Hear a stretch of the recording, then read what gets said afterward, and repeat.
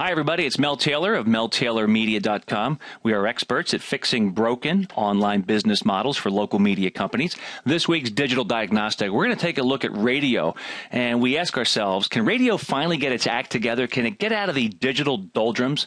Can radio finally start to make a buck with their digital efforts? I mean, real money. Radio's in a great position to use its over-the-air signal to drive people to digital platforms.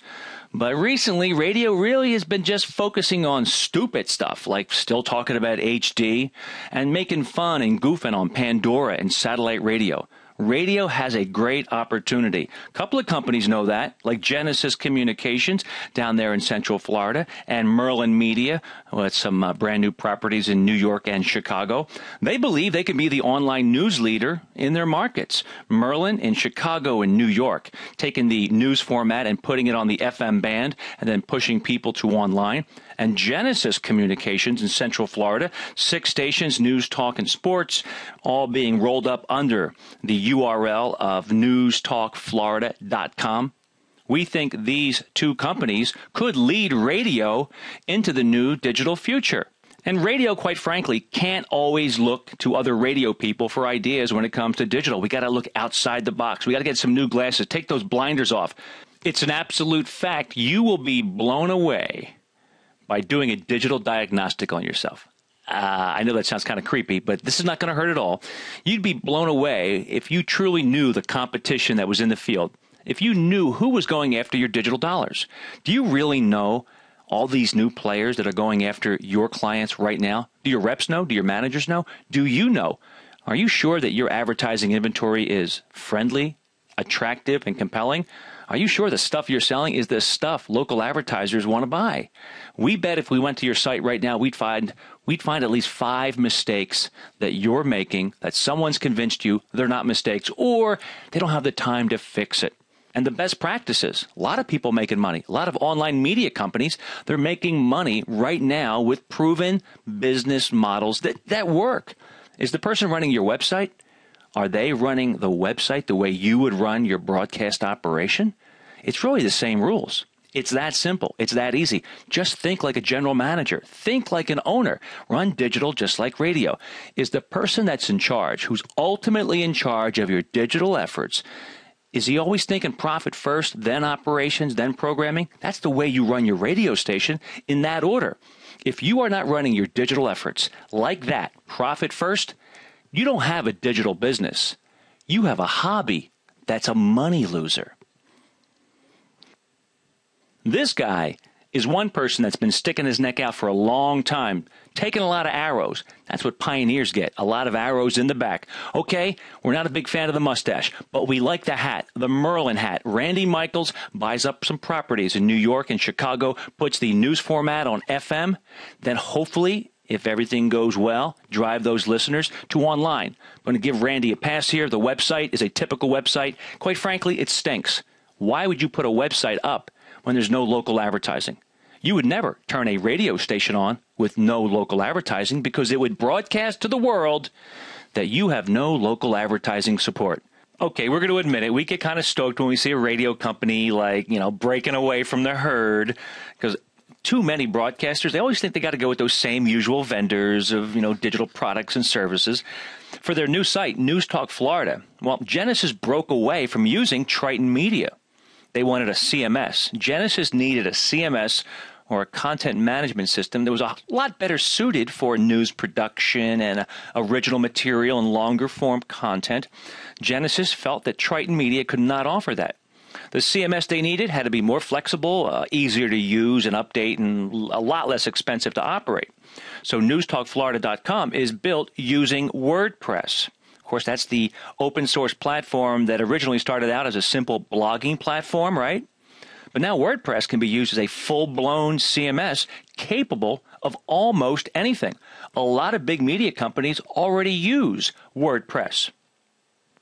Now, while this early version of newstalkflorida.com can certainly be considered an excellent start, there's a whole lot, there's plenty of upside and improvement that can be made in regards to making the site more attractive to advertisers. We hope Genesis and, of course, Merlin Media follow some of the recommendations we're going to make in this webinar.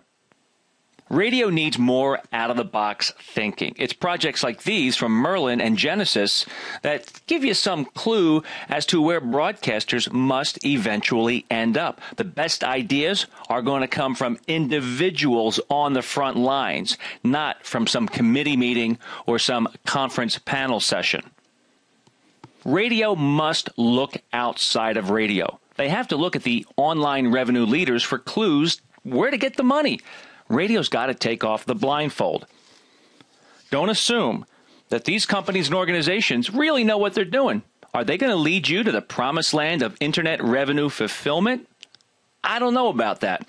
While they certainly provide some level of service, one should not blindly follow their recommendations. And don't assume that the leaders of radio are capable of competing or thinking about the digital world. You know what they say when you assume you make a out of and. Most people in the radio industry, some behind closed doors, cringe at statements like this. Pandora's not a business.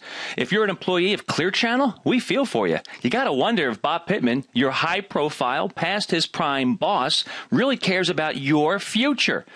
Is Bob keeping you in the dark to help the stock price? What do you think? Don't assume magazines and old-school industry pundits have a clue, because they don't. How can we forget about this guy? You know, at one time, the newspaper industry made fun of and looked down their nose at Craigslist. Of course, companies like Craigslist stripped away about 50% of the classified revenues from newspaper. Do you think radio is maybe going down that same path in regards to their feelings about Pandora? With $67 million of revenue, up 117% last quarter. Got the top 50 advertisers on board. They're going to benefit from the accelerated growth of mobile ad revenue. Their sales forces are growing in most markets. Not a business, huh? I guess Toyota and Ford are just getting sucked up in all that internet hype, right? You know, just what the heck, let's install the Pandora system in our dashboards and let's see what happens. Yeah, you could imagine a board meeting at Toyota and Ford kind of sounding like that, right? We know it drives top radio executives insane to think that their beloved dashboard dominance is slowly eroding. It's not going away, but they're going to have to share the dashboard. And satellite radio, that was only the first blow. Could internet radio be the death blow? And this has to be a simple oversight, right? I mean, take a look at the agenda from the recent NAB radio show in Chicago. In the management track, the only session devoted to digital was called New Media, Darling, or Distraction. Are you kidding me? Whoever signed off on that session is doing a great disservice to the radio industry. I mean, it seems like they're trying to hide the digital future from its radio membership. Do you need more proof? Oh, yeah, it is dumb and dumber. Some more proof? Well, in Chicago, the very same week, radio executives enjoyed listening to the founder of Pandora. He was there, Tim. Unfortunately, Tim wasn't speaking at the NAB radio show. Rather, he was speaking at a day-long radio conference run by an independent promoter. How about that? Indeed, the NAB and the RAB have lost touch with reality. You know, sometimes we got to serve up a little tough love. Although well-meaning, radio is not going to be best served by thinking that an online directory like this one is going to give them a fighting chance in the digital future. And how could a radio manager or an owner delegate the authority of website development to someone who thinks that this is a good-looking and functional website? And we wonder why radio only gets about 2% of local online advertising expenditures? But hold on, it gets worse. Homepage, Clear Channel Rock Station, Rhode Island.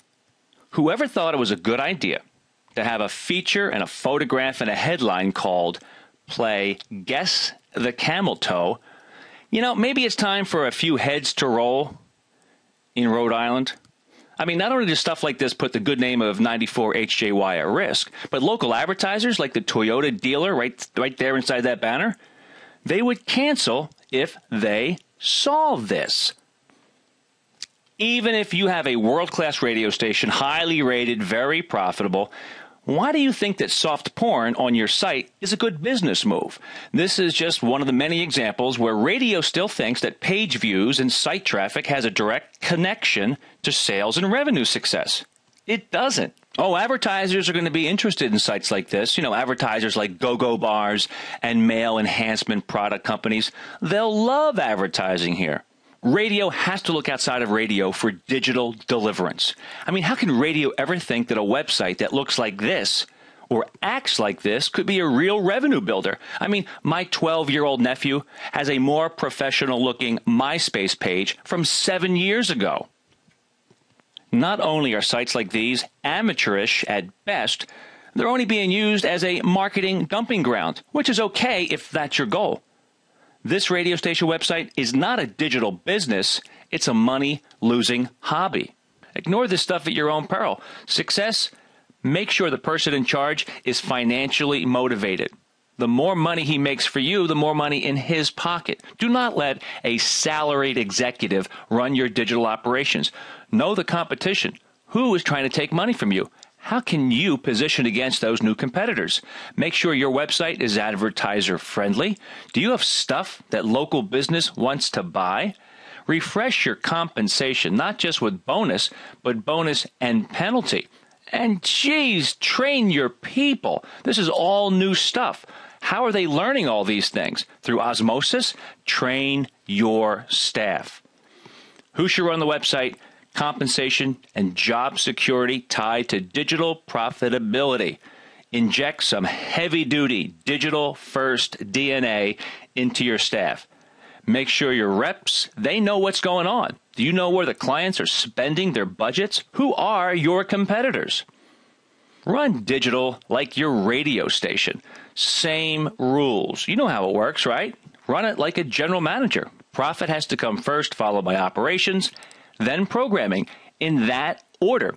If you're not running your digital operations like this, profit first, you don't have a digital business. You have a hobby, and a money-losing hobby at that. Profit first. Come on. See, I told you, that didn't hurt at all.